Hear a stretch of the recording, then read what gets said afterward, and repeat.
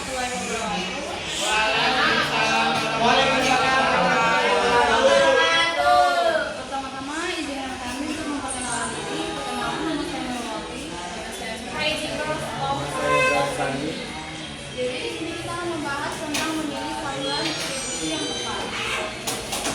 Untuk menempatkan suatu barang dan jasa pada tempat yang tepat, kualitas yang tepat, dengan jumlah yang tepat, harga yang tepat, dan waktu yang tepat, dibutuhkan saluran distribusi yang tepat. Apabila saluran dalamnya saluran distribusi, maka akan dapat tergabung barang, ada barang atau jasa dari perusahaan usaha konsumen.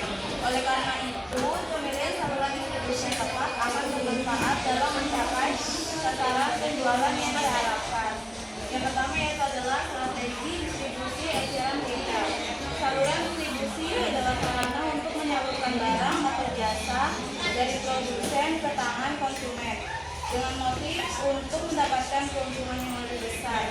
Ada 3 strategi yaitu distribusi, yaitu strategi distribusi selektif dan eksekusi.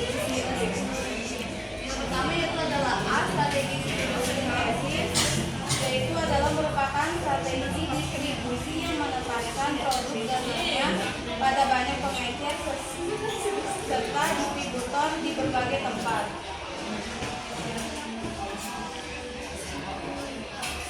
Selanjutnya itu adalah strategi distribusi selektif.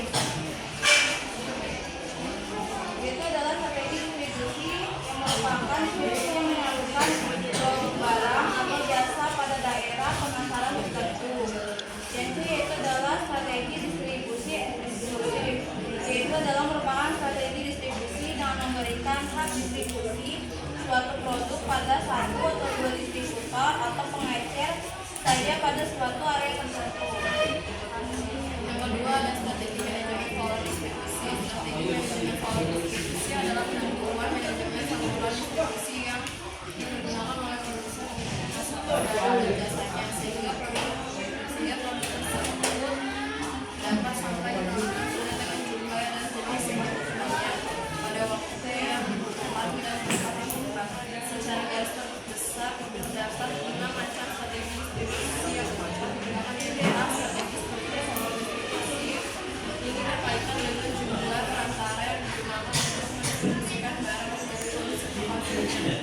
Alternatif yang dipilih dapat berupa distribusi langsung, distribusi langsung menjual secara beda dengan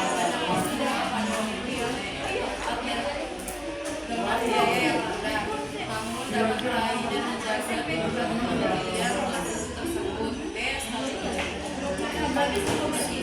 Strategi ini berkaitan dengan jumlah perantara yang biaya jualnya pembelian tidak masuk dengan biaya yang minimal, namun bisa menciptakan citra produk yang diinginkan.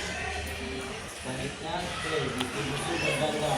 Strategi distribusi berganda merupakan penggunaan lebih dari satu saluran yang berbeda untuk melayani segmen pelanggan. Tujuannya untuk memperoleh akses yang optimal pada setiap segmen. Penggunaan saluran distribusi ganda ini ada 2 jenis, yaitu 1. Saluran komplementer, yaitu jika masing-masing saluran menjual produk yang tidak saling berhubungan atau melayani segmen yang tidak saling berhubungan. Tujuannya untuk mencapai segmen pasar yang tidak dapat dicapai oleh seluruh distribusi perusahaan yang sekarang.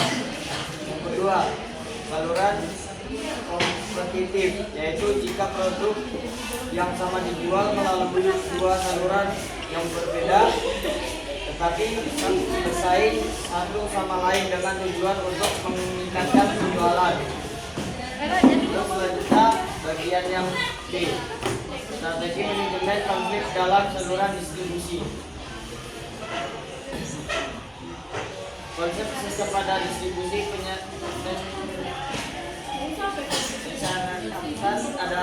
adanya kerja sama antar saluran.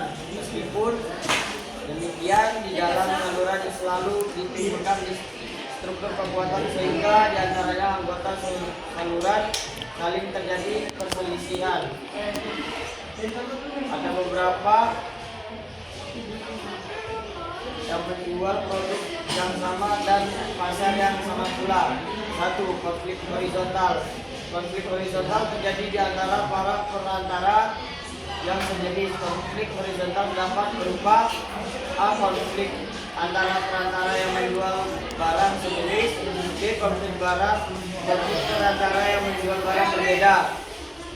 Yang kedua, konflik vertikal. Konflik vertikal ini terjadi antara anggota saluran distribusi. Konflik vertikal terdiri atas A. Konflik antara produsen dan pedagang grosir. B. Konflik antara produsen dan pengecer. Selanjutnya bagian yang E. Strategi modifikasi saluran distribusi. Strategi mengubah susunan saluran distribusi yang ada berdasarkan evaluasi dan peninjauan ulang. Selanjutnya yang F. Strategi pengendalian saluran distribusi. Menguasai semua anggota dalam saluran distribusi agar dapat mengendalikan kegiatan mereka secara terpusat ke arah pencari tujuan bersama. Ada tujuan dari strategi ini antara lain: 1. Meningkatkan pengendalian. 2. Memperbaiki ketidakefisienan.